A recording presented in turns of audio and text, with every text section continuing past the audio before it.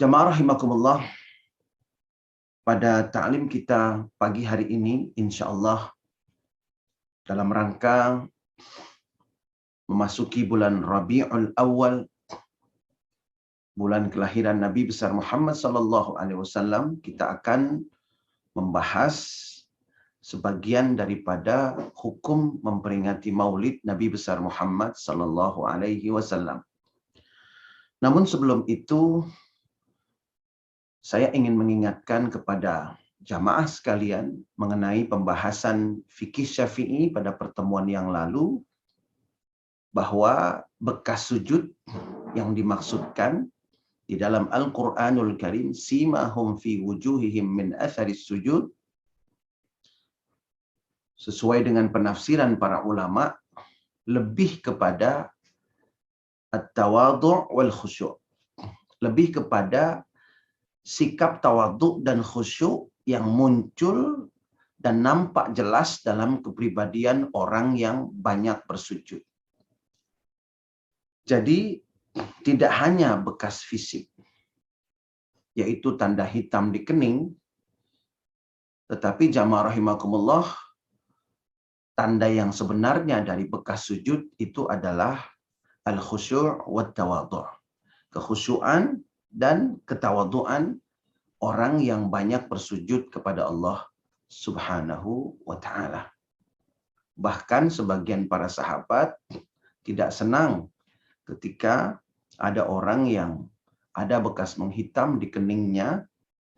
Di antaranya adalah sahabat Abdullah bin Mas'ud dan juga sahabat-sahabat lainnya yang menegur karena ada bekas hitam di keningnya. Namun jamaah rahimakumullah, kalaupun ada bekas hitam, itu tidak berarti sesuatu yang buruk. Kalau memang bekas itu muncul secara alami karena bekas sujudnya yang begitu banyak dan tidak ada niat ria sama sekali, maka itu pun tidak salah. Jamaah rahimakumullah, hanya saja dari penjelasan para sahabat dan para ulama, kita bisa memahami bahwa bekas sujud yang diinginkan muncul dari orang yang banyak bersujud adalah khusyuk dan tawadhu. Sehingga jamaah rahimakumullah, kalau ada orang yang ingin menghilangkan bekas hitam di keningnya karena banyak sujud, tidak apa-apa. Dan juga jamaah rahimakumullah, bagi orang yang sudah tahu ilmunya, sudah tahu tuntunannya bahwa banyak bersujud itu adalah merupakan fadilah dan keutamaan yang luar biasa, namun karena kendala fisik, dia tidak bisa bersujud dalam arti keningnya tidak bisa menyentuh lantai, maka jamaah rahimakumullah, sekali lagi, la yukallifullahu nafsan illa wus'aha. Allah tidak membebani seseorang kecuali dengan kemampuannya.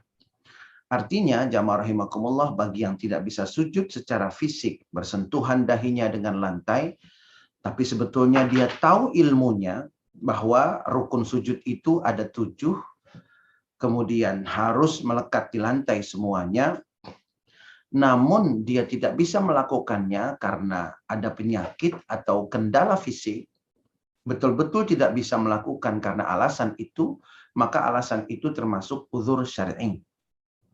Artinya, meskipun dia tidak melakukan sujud seperti orang lain, bersentuhan dahi dan keningnya ke lantai secara langsung, dia cukup umpamanya sambil duduk, membungkukkan badannya, dan lain sebagainya, maka insya Allah sujudnya sama sempurnanya dengan yang lainnya di mata Allah Subhanahu wa ta'ala. Dan kalau kita sudah tahu ilmunya, namun memiliki uzur syar'i untuk melaksanakannya, maka insya Allah ketika kita tidak melaksanakannya atau tidak mampu melaksanakannya secara maksimal, maka pahalanya akan tetap sama dengan yang mampu melaksanakannya secara sempurna. Nah, inilah jamaah rahimakumullah, betapa indahnya ketika kita mengikuti majelis-majelis ilmu. Umpamanya di antara jamaah ada yang tidak bisa bersujud dengan dahi yang langsung melekat di lantai, tapi karena sudah tahu ilmunya dan ada uzur syar'i, maka insya Allah pahalanya sama di sisi Allah Subhanahu wa ta'ala. Karena itu jamaah rahimakumullah, mari sama-sama kita sempurnakan sujud kita, karena sujud merupakan posisi paling dekat seorang hamba dengan Allah Subhanahu wa ta'ala. aktsirud du'a, perbanyaklah doa pada saat kita bersujud. Mudah-mudahan pembahasan mengenai sujud ini membuat sujud-sujud kita menjadi maksimal, menjadi sempurna sesuai dengan tuntunan, dan menambah kedekatan kita kepada Allah Subhanahu wa taala, serta membersihkan penyakit hati kita, takabur, riya dan lain sebagainya, kemudian diganti dengan al-khusyu' wa tawadhu'. Lalu jamaah rahimakumullah, mari sama-sama kita masuk pada pembahasan mengenai Maulid Nabi Muhammad sallallahu alaihi wasallam. Di awal saya ingin tegaskan bahwa ada sebagian orang yang tidak mau merayakan kelahiran Nabi Muhammad sallallahu alaihi wasallam dengan alasan bid'ah. Lalu ada sebagian lagi yang merayakannya secara teratur dan tidak menganggapnya sebagai bid'ah. Yang mengatakan bid'ah ada dasar-dasarnya. Dan yang merayakannya pun memiliki dasar-dasarnya.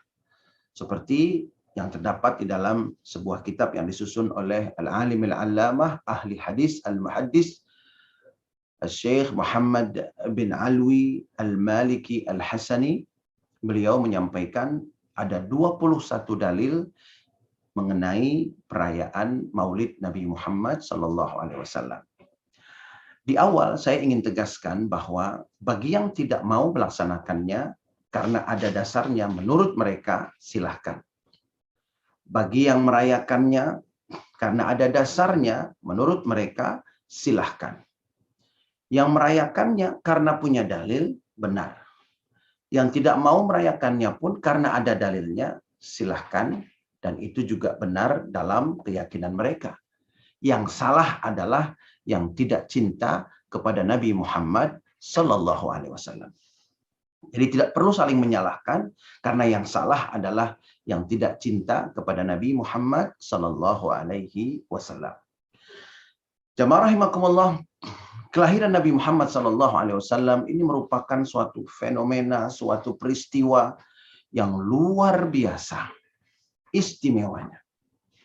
Betapa tidak, karena kelahiran beliau telah menerangi alam semesta ini dari kegelapan menjadi cahaya yang terang benderang. Jamaah rahimakumullah, Imam Syafi'i mengatakan bahwa nikmat yang paling besar yang dimiliki oleh seseorang dalam hidupnya bukan rumah, mobil, uang, aset kekayaannya. Bukan hanya itu. Tetapi jamaah rahimakumullah, nikmat yang paling besar adalah Islam. Dengan Islam, semua yang dia miliki menjadi berkah. Dengan Islam, semua yang dia miliki menjadi wasilah, sarana agar dia hidup selamat di dunia dan di akhirat. Karena Islam, insya Allah kita akan selamat dunia dan akhirat. Diselamatkan Allah dari neraka Jahannam, dan Allah masukkan ke dalam surganya Allah Subhanahu wa ta'ala. Lalu pertanyaannya, kalau kita mengenal Islam, kepada siapa kita patut berterima kasih? Jawabannya tentunya sudah sangat jelas. Kepada yang membawanya, kepada yang menyebarkannya. Dan itu tidak lain adalah Nabi besar Muhammad sallallahu alaihi wasallam. Karena itu jamaah rahimakumullah, seperti kita menganggap hari kelahiran orang-orang yang kita cintai, ayah kita, ibu kita, anak-anak kita sebagai hari yang kita ingat, maka jamaah rahimakumullah apalagi dengan kelahiran Nabi besar Muhammad sallallahu alaihi wasallam. Ada sebagian orang mengatakan, kalaulah memang maulid itu benar dan dibolehkan, maka mengapa di Mekah dan di Madinah tidak ada perayaan maulid? Nah, jamaah rahimakumullah, untuk menjawab hal ini, mengapa tidak ada perayaan maulid di Mekah dan di Madinah? Mari sama-sama kita akan merujuk kepada beberapa kitab sejarah yang berisi pandangan mata dari para penulisnya tentang apa yang terjadi dan bagaimana suasana di kota suci Makkah dan Madinah ketika masuk bulan Rabiul Awal. Jamaah rahimakumullah, karena itu taklim kita pada hari ini adalah mengenai sejarah memperingati Nabi Muhammad SAW di kota suci Mekah dan Madinah. Jamaah rahimakumullah, kita awali dengan penjelasan mengenai siapa sosok atau figur yang pertama kali melakukan perayaan Maulid Nabi Muhammad SAW secara terorganisir dan dalam bentuk yang sangat meriah. Nah, ini untuk menjawab ada anggapan bahwa perayaan Maulid Nabi itu adalah perayaan milik orang-orang Syiah. Dan fakta sejarah memang tidak bisa dipungkiri bahwa dinasti Fatimiyah di Mesir, yang berkuasa di Mesir waktu itu, di Kairo, memang menyelenggarakan Maulid Nabi Muhammad SAW. Namun yang keliru adalah mengeneralisir dan mengatakan bahwa kalau begitu semua perayaan Maulid Nabi itu adalah mengikuti Syiah.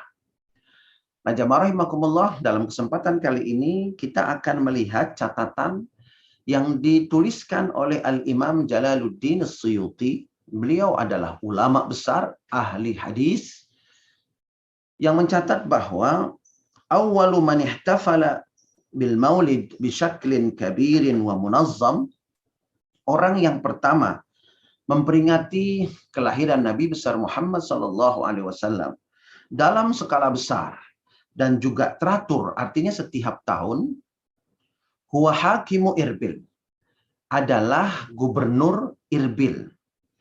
Irbil ini kalau sekarang ini posisinya ada di Irak bagian utara. Siapa beliau? Beliau adalah Al-Malik Al-Muzaffar Abu Sa'id Kokaburi, yaitu Raja Al-Muzaffar Abu Sa'id Kokaburi. Jadi namanya adalah Raja Al-Muzaffar.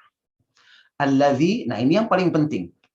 Siapa sosok Raja Muzaffar yang menyelenggarakan maulid secara besar-besaran dan terorganisir, serta rutin dilaksanakan setiap tahun? Siapa yang menggagasnya? Seperti apa pribadinya? Apakah dia memang orang Syiah? Atau dia adalah orang yang ahli maksiat, fasik, dan sebagainya? Mari kita lihat penilaian para imam, khususnya para ahli hadis. Mengapa saya pilih para ahli hadis? Karena jamaah rahimakumullah, ahli hadis memiliki satu cabang ilmu yang disebut dengan jarh wa ta'dil. Jadi dalam ilmu hadis ada satu cabang ilmu hadis yang dinamakan jarh wa ta'dil. Jarh wa ta'dil ini bagaimana menilai pribadi orang yang meriwayatkan hadis Nabi besar Muhammad SAW. Dan ini memang sangat penting karena yang diriwayatkan atau yang diceritakan adalah ucapan Nabi. Sehingga para ulama begitu menjaganya, dan karena begitu menjaganya, mereka juga memperhatikan dan menilai pribadi-pribadi orang-orang yang meriwayatkan apa yang diucapkan Nabi besar Muhammad SAW. Ketika orang itu tukang bohong, maka hadisnya tidak diterima. Ketika orang itu jujur, maka hadisnya pun menjadi hadis yang sahih selama tersambung sanadnya dan juga dibuktikan bahwa orang tersebut mendengar langsung dari guru-gurunya. Nah, jamaah rahimakumullah, ini alasan mengapa saya menjadikan penilaian ahli-ahli hadis sebagai rujukan kita ketika kita menilai sosok atau figur Raja Al-Muzaffar. Dikatakan oleh Al-Imam Jalaluddin As-Suyuti, wathaqahu ulama'us sunnah. Raja Al-Muzaffar ini dianggap dan dinilai sebagai orang yang dipercaya atau terpercaya, amanah dan jujur, dan ini dalam pandangan ulama-ulama ahlus sunnah wal jamaah. Saya kira sebetulnya penilaian ini sudah cukup untuk menggambarkan figur daripada Raja Al-Muzaffar, orang yang melakukan peringatan maulid dengan skala besar dan rutin setiap tahun. Namun jamaah rahimakumullah, tidak ada salahnya juga kita akan menambahkan juga pendapat-pendapat dari para ahli hadis yang lain. Yaitu diantaranya Imam Ibnu Katsir. Beliau mengatakan, annahu ahadul muluk al-amjad. Annahu ahadul muluki al-amjad wal kubara al-ajwad. Raja Muzaffar ini termasuk raja-raja yang al-amjad, yang mulia.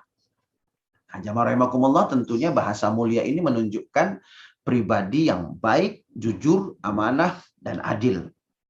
Wal kubara al-ajwad, dan juga pembesar atau tokoh atau raja yang sangat dermawan.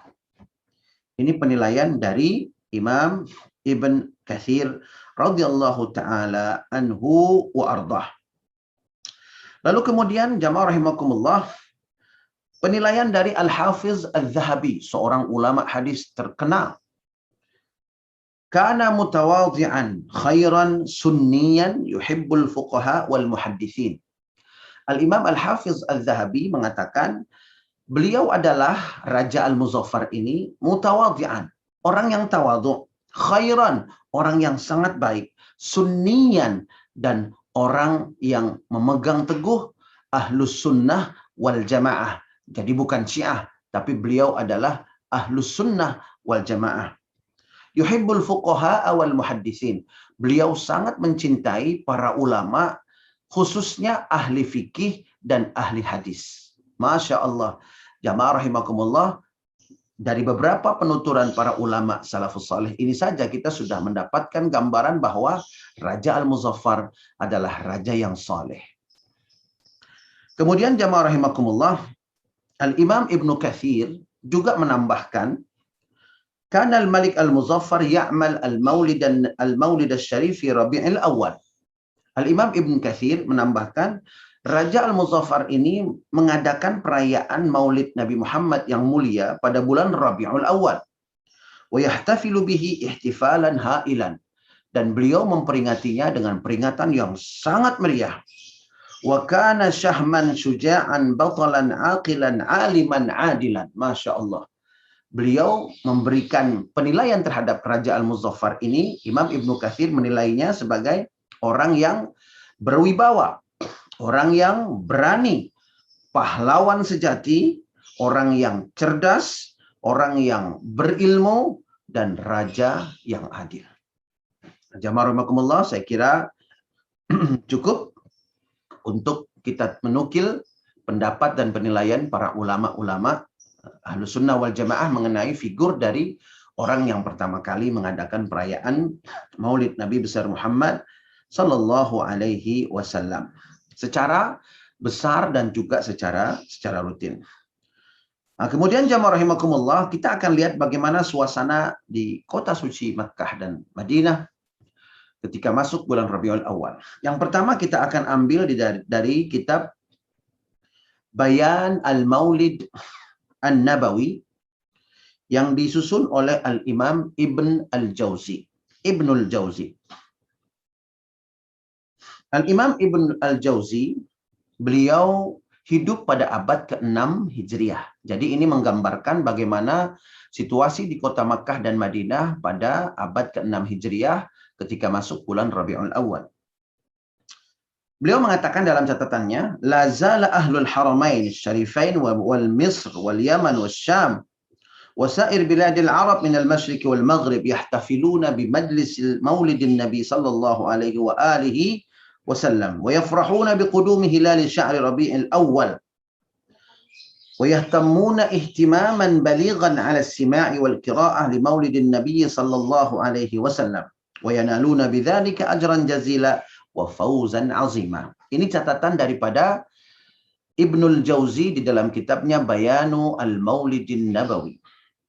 Beliau mengatakan pada abad ke-6 Hijriah, beliau mengatakan penduduk dua kota suci, yaitu Makkah dan Madinah, kemudian juga penduduk Mesir, penduduk Yaman, penduduk Syam, Syam itu saat ini Suriah, Palestina, Jordan dan sekitarnya, dan juga seluruh negeri-negeri Arab dari timur dan barat, mereka merayakan majlis Maulid Nabi besar Muhammad sallallahu alaihi wasallam dan mereka bergembira dengan masuknya bulan Rabiul Awal.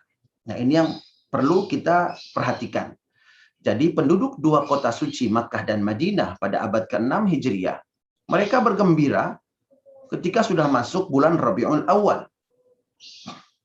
Lalu kemudian mereka betul-betul memperhatikan untuk mendengar dan membaca riwayat Maulid Nabi Muhammad SAW. Jadi jamaah rahimakumullah, kelahiran Rasulullah ini banyak digambarkan oleh para ulama, di antaranya Al-Imam Al-Barzanji, beliau salah seorang ahli hadis yang mendapatkan hadiah pertama daripada sayembara menuliskan sejarah riwayat Nabi dalam bentuk puisi yang indah, dalam bentuk syair-syair yang indah. Beliau adalah pemenang pertamanya, yaitu Al-Imam Al-Barzanji, seorang ahli hadis. Beliau menuliskan riwayat kelahiran Nabi Muhammad dengan cara yang begitu indah. Nah, inilah yang kemudian jamaah rahimakumullah, yang kemudian dibaca pada saat perayaan Maulid Nabi Muhammad SAW. Dan karena masyarakat atau pendengarnya mengerti, maka mereka perasaannya begitu tergugah, kecintaannya kepada Nabi semakin besar, dan kerinduannya kepada Nabi Muhammad SAW semakin membuncah. Imannya pun semakin kuat. Rasa cinta kepada Nabi semakin kuat. Karena itu di dalam catatan ini dikatakan mereka mendapatkan pahala yang banyak dan keberuntungan yang luar biasa karena cinta kepada Nabi Muhammad SAW.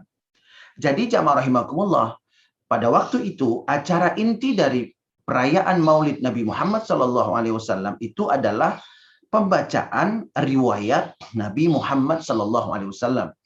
Barangkali kalau di kita dikenal dengan riwayat pembacaan rawi, umpamanya pembacaan Maulid Barzanji, pembacaan Maulid Diba, kemudian pembacaan Simtud Durar dan lain sebagainya. Ini merupakan acara inti sebetulnya dari peringatan Maulid Nabi Muhammad SAW. Namun jamaah rahimakumullah, kalau di Indonesia biasanya MC-nya mengatakan acara intinya itu adalah ceramah. Yang memang kita tidak menyalahkan begitu, karena ceramah itu disampaikan dalam bahasa Indonesia dan dimengerti.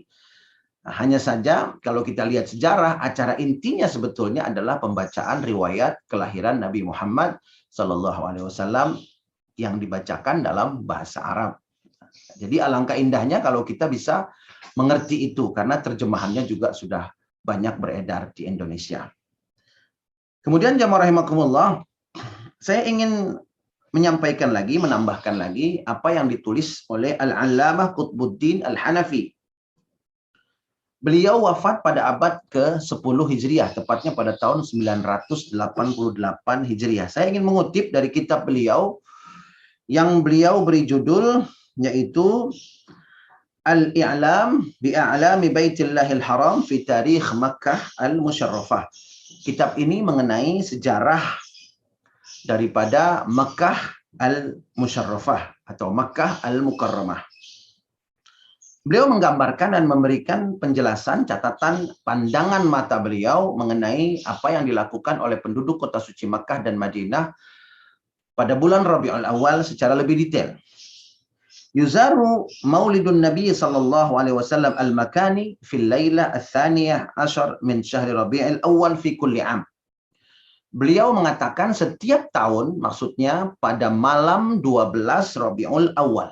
Sekali lagi, pada malam 12 Rabiul Awal.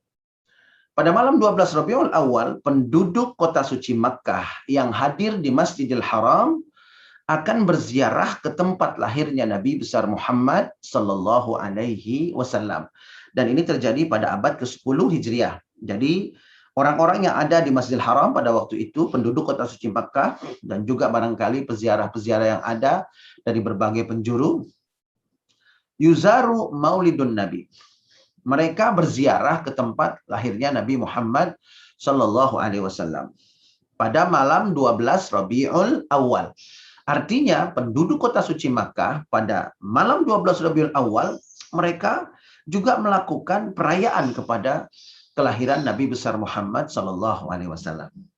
Lalu pertanyaannya jamaah rahimakumullah, di mana tempat lahirnya Rasulullah sallallahu alaihi wasallam?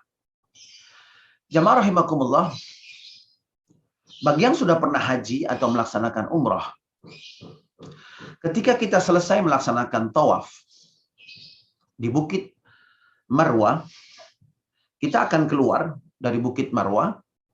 Lalu kemudian kita akan berjumpa persis di hadapan kita dengan sebuah bukit yang tinggi, yaitu Jabal Abu Qubais, di mana Jabal Abu Qubais ini merupakan gunung tempat Nabi Ibrahim diperintahkan untuk menyeru sekalian alam semesta agar datang ke Ka'bah Al-Musyarrafah. Saat ini Jabal Abu Qubais, di atasnya itu ada istana raja. Lalu kalau kita alihkan pandangan kita ke sebelah kiri, maka kita akan temukan ada bangunan yang sekarang ini disebut dengan perpustakaan. Nah, jamaah rahimakumullah, kalau kita datang ke sana dan kita bertanya kepada petugas yang menunggu di sana, maka pasti jawaban petugas itu, ini belum pasti tempat kelahiran Nabi. Ini perpustakaan, ini bukan tempat kelahiran Nabi. Seperti itu mereka akan memberikan penjelasan. Jamaah rahimakumullah, kalau kita lihat dari catatan sejarah, maka kita lihat. Jadi dalam catatan sejarah ini, rumah kelahiran Nabi besar Muhammad SAW ini dulu pada saat Nabi hijrah ke Madinah, itu diserahkan oleh Nabi Muhammad SAW kepada salah satu daripada kerabatnya, yaitu Uqail bin Abi Thalib. Ya, Uqail bin Abi Thalib, putra dari Abu Thalib, salah satu dari kerabat beliau. Kemudian dari Uqail bin Abi Thalib, lalu rumah ini berpindah tangan sehingga akhirnya dibeli oleh Ibnu Yusuf. Dari Ibnu Yusuf, rumah ini kemudian dibeli lagi oleh Syekh Majid Al-Kurdi. Lalu kemudian oleh Syekh Majid Al-Kurdi, rumah ini dirawat. Dan kemudian akhirnya rumah ini, rumah kelahiran Rasulullah ini, kemudian dibeli oleh Syekh Abbas Al-Qattan, yang waktu itu menjabat sebagai Amin Asimatu Makkah Al-Musyarrafah. Beliau adalah sebagai penanggung jawab ibu kota Makkah Al-Musyarrafah. Artinya gubernur Makkah, bisa kita bilang seperti itu. Syekh Abbas Al-Qattan. Beliau ingin menjaga dan merawat tempat lahirnya Nabi, sehingga kemudian beliau renovasi, beliau perbaiki, tapi tidak merubah bagian dalamnya, hanya bagian luarnya. Kemudian beliau ubah tempat itu menjadi perpustakaan, yang saat ini terdapat di kaki Jabal Abu Qubais, tepatnya di Sy'ab Ali, yang kalau sekarang disebutnya sebagai Suqul Lail atau pasar malam. Nah, inilah tempat lahirnya Nabi besar Muhammad SAW. Jamaah rahimakumullah, kita akan lanjutkan pembahasan mengenai bagaimana situasi Mekah dan Madinah ketika memasuki hari-hari kelahiran Nabi besar Muhammad SAW. Mudah-mudahan Allah Subhanahu wa taala senantiasa menjadikan kita orang-orang yang mencintai Rasulullah SAW dengan menjaga sunnah-sunnah beliau, melaksanakan ajaran beliau, dan selalu berharap bahwa kelak di yaumil akhir kita bisa berjumpa dengan kekasih hati kita, Nabi besar Muhammad SAW, meraih syafaat beliau dan berkumpul bersama orang-orang yang saleh di dalam surganya Allah Subhanahu wa taala.